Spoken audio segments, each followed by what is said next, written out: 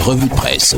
Lundi 18 novembre 2024, madame, monsieur, bienvenue à la revue de presse sur ITFM Centre et Cam News 24 émettant depuis Garoua. Débarrons avec le quotidien Capitaux Public Cameroun Tribune à la une, coopération Cameroun-Vatican, tout baigne. Audience avec le Premier ministre, chef du gouvernement, messe d'action de grâce, remise d'une distinction honorifique au nom du chef de l'État ont été les principales articulations de la visite à Yaoundé de son Excellence Monseigneur Paul Richard Gallagher, secrétaire pour les relations avec les États et les organisations internationales du Saint-Siège, arrivé au Cameroun dans le cadre du 10e anniversaire de l'accord signé le 13 janvier 2014 et qui ouvrait une nouvelle page dans l'action de l'Église catholique au Cameroun, page 2 et 3 du journal Cameroun Tribune. Le quotidien Mutation nous parle de médecine traditionnelle, l'écorce de la loi, ce qui change avec le texte soumis par le gouvernement au Parlement. L'analyse d'un chercheur en géopolitique de la santé nous sont livrés aux pages 8 et 9 de cette édition. En page 2 du quotidien Mutation, affaire Martinez-Zogo, on en reparle avec la plaidoirie d'Eco.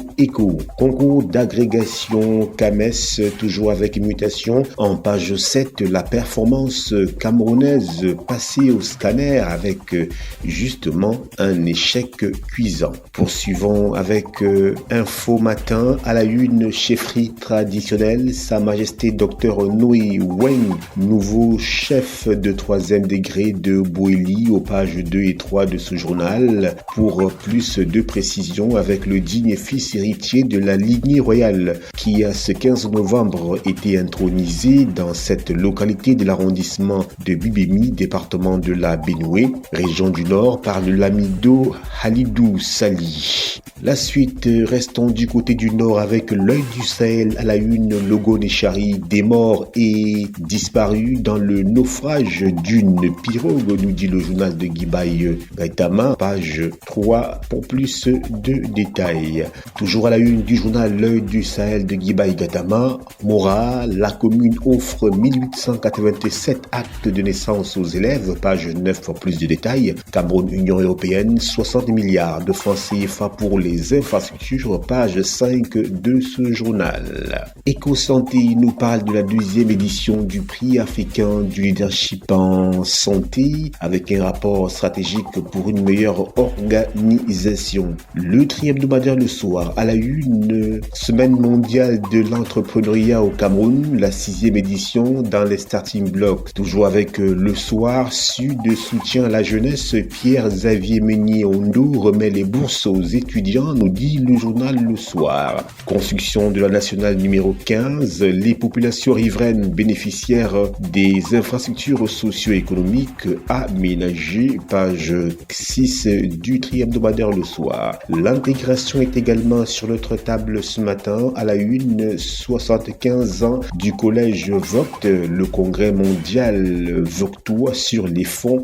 baptismaux à la page 4 du journal Intégration. Toujours avec ce journal, élection à la présidence de la Banque africaine de développement, les Bad Boys de la CEMAC, page 11, sont bien évidemment affichés. N'Djamena lance officiellement la campagne de son candidat Mahamat Abbas Toli, Yaoundé en sous-marin avec son joker Albert Zefak, Libreville sous la pression de ses ressortissants en service à la BEAC, COBAC et BDEAC. Tout ceci est à lire à la page 11 du journal Intégration. Toujours avec Intégration, pour son budget programme, la commission de la CEMAC recrute un consultant à la page 2 de ce journal. Le quotidien L'économie Business Awards, les prix en compétition pour la 3e édition, l'événement organisé par l'Economy Media Group aura lieu le 28 novembre 2024 à l'hôtel Sawa de Douala. Les inscriptions se poursuivent, page 3 pour plus de détails. Toujours avec le quotidien L'économie 2025-2027, l'Union européenne va injecter plus de 57 milliards de francs CFA dans les projets d'infrastructure, page 5. Marché financier, la finance digitale en débat à la semaine de l'investisseur CEMAC, page 7. Cameroun, le FMI prévoit une hausse de la croissance en 2025, page 4. Yaoundé, le forum des femmes entrepreneurs s'ouvre ce jour, page 6 du quotidien L'économie pour plus de détails. La météo, lutte contre la vie chère, Barga Atangana se concerte avec des opérateurs économiques en page 3, lors des réunions qui connaîtront également la présence des organisations de défense des droits des consommateurs. Ce 19 novembre à Yaoundé, le ministre du Commerce, apprend-on, mettra l'accent sur la contribution à la saine régulation du marché intérieur et à la maîtrise des prix aux consommateurs. Page 3 du journal La Météo.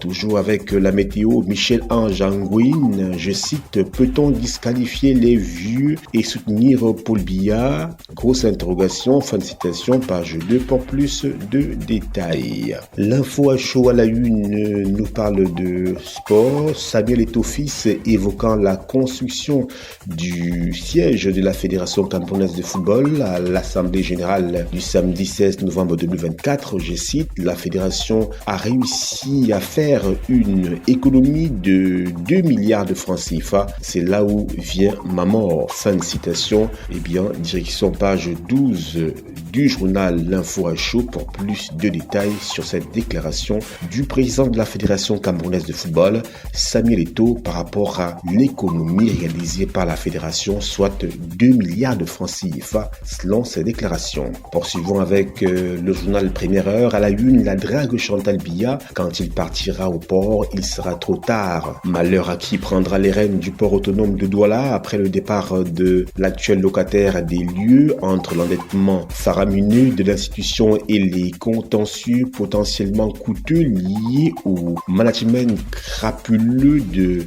l'institution. Il est fort à parier que la mise en liquidation du port autonome de Douala soit envisagée pour limiter les dégâts en créant une nouvelle entité pour la gestion du domaine portuaire et geler la prévarication actuelle sous la bannière d'une liquidation anticipée. À lire le dossier de la drague Chantal Biya de la page 2 à la page 9 du journal Première Heure. Le quotidien du jour revient sur l'affaire Martinez-Zogo. Maxime Eko interjecte appel, dit ce journal. Au cours d'une nouvelle audience le 11 novembre 2014, au cours d'une nouvelle audience le 11 novembre 2024, le tribunal militaire de Yaoundé a requalifié certaines infractions retenues contre les accusés après avoir rejeté toutes les exceptions soulevées par les avocats de la défense. Page 3 du quotidien Le Jour pour plus de précisions. Fédération camerounaise de football, retrait de l'agrément du SINAFOP. Quel impact?